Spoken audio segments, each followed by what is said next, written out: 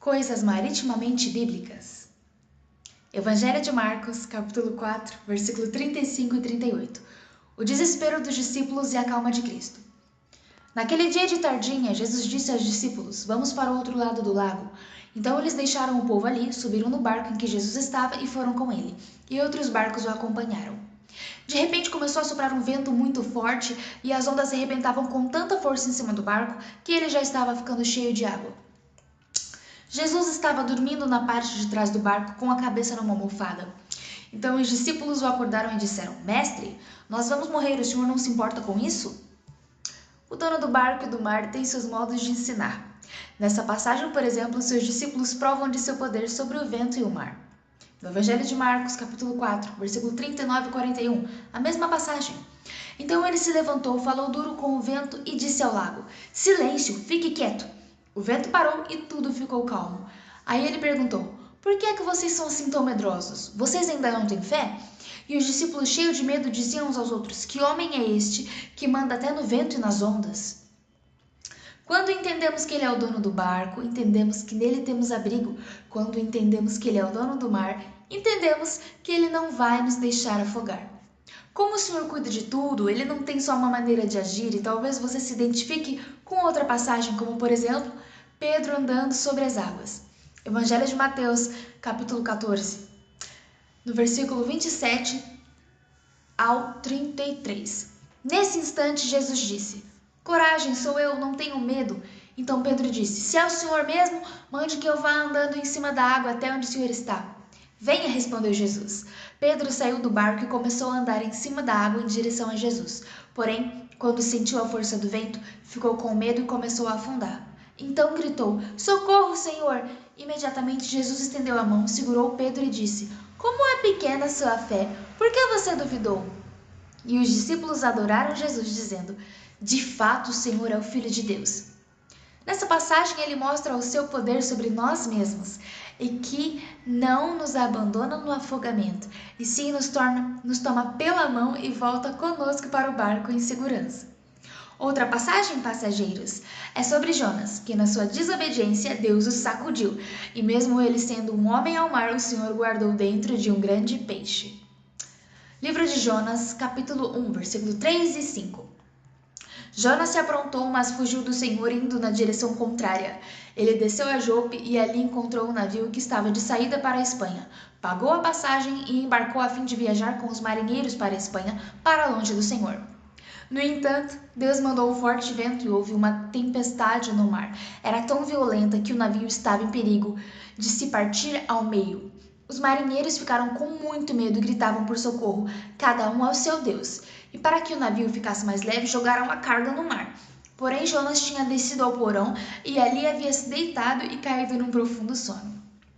Engraçado que Jonas pensou que poderia se esconder do Senhor, e dessa vez não era momento para dormir, não. O capitão lhe chama a atenção. E repare se não é este o seu momento na navegação. Jonas 1, versículo 6 ao 15. O capitão do navio o encontrou ali e disse: "Como é que você está aí dormindo? Levante-se e peça socorro ao seu Deus. Pode ser que ele tenha pena de nós e não deixe a gente morrer." Os marinheiros disseram uns aos outros: "Vamos tirar a sorte para descobrir quem é o culpado de estarmos neste perigo." Eles fizeram isso, e o nome de Jonas foi sorteado. Então lhe perguntaram: "Agora diga, quem é o culpado de tudo isso? O que você está fazendo aqui? De onde você vem? De que país você é? E qual é o seu povo?" "Eu sou hebreu," respondeu Jonas. "Eu adoro o Senhor, o Deus do céu, que fez o mar e a terra." Em seguida, Jonas contou que estava fugindo de Deus, o Senhor. Aí os marinheiros ficaram apavorados ainda e disseram: "Veja só o que você fez." A tempestade piorava cada vez mais, de modo que os marinheiros perguntaram a Jonas: "Que devemos fazer com você para que o mar se acalme?" Jonas respondeu: "Vocês me peguem e joguem no mar, que ele ficará calmo. Pois eu sei que foi por minha culpa que esta terrível tempestade caiu sobre vocês." Em vez de fazerem isso, os marinheiros começaram a remar com toda a força, levando o navio para a praia, porém não conseguiam nada, porque a tempestade piorava ainda mais. Então oraram bem alto assim: "Ó Senhor Deus, não nos castigue com a morte, pois por tirarmos a vida deste homem, pois és tu, ó Senhor, quem está fazendo isso e o que está acontecendo da tua vontade. Em seguida, os marinheiros pegaram Jonas e o jogaram no mar, e logo o mar se acalmou. Nessa passagem, o ensinamento é: Cristo, além de ter controle sobre nós, sobre as águas e sobre o vento, tem controle também sobre as nossas rotas. E se ele mesmo diz vá, é melhor ir mesmo. Deus estava lá no porto de Nínive esperando Jonas ser cuspido pelo peixe. E a direção? Quem dá é ele também. Ele é a luz do caminho, ele é o farol a nos guiar. Evangelho de João, capítulo 8, versículo 12. De novo, Jesus começou a falar com eles e disse: Eu sou a luz do mundo. Quem me segue nunca andará na escuridão, mas terá a vida eterna. Atenção, todos os que estão em seus barcos. Em primeiro lugar, o barco não é seu. Em segundo lugar, a veleja é uma loucura. Não temos cinto de segurança porque a confiança em Cristo já é o suficiente para nos assegurar. Marujos, Cristo nos deu tudo até a própria vida.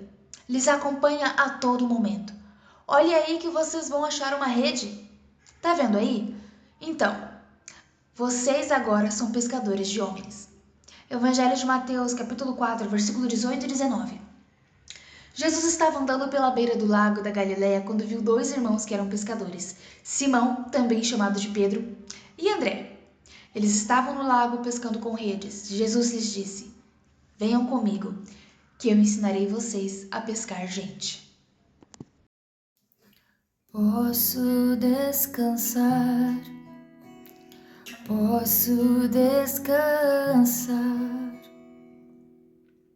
És o dono do barco, o dono do mar, és a âncora, a me segurar, és o porto, a me esperar e o farol, a me guiar.